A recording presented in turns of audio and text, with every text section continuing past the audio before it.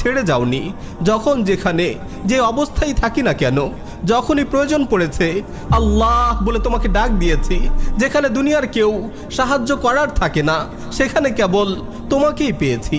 সবাই আমার প্রতি জুলুম করেছে, এমনকি পরম প্রিয় বাবা মাও অনেক সময় সন্তানকে কষ্ট দিয়েছে, কিন্তু তুমি তোমার পাপী বান্দার সাথেও ইনসাফ করেছো।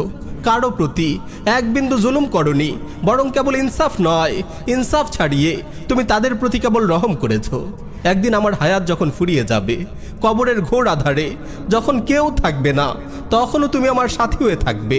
হাসরের ময়দানে যখন মা বাবা, ভাই বোন, স্ত্রী পুত্র, বন্ধু বান্ধব সবাই আমাকে ছেড়ে পালিয়ে বেড়াবে, তখনও কেবল তুমি আমার সহায় হবে।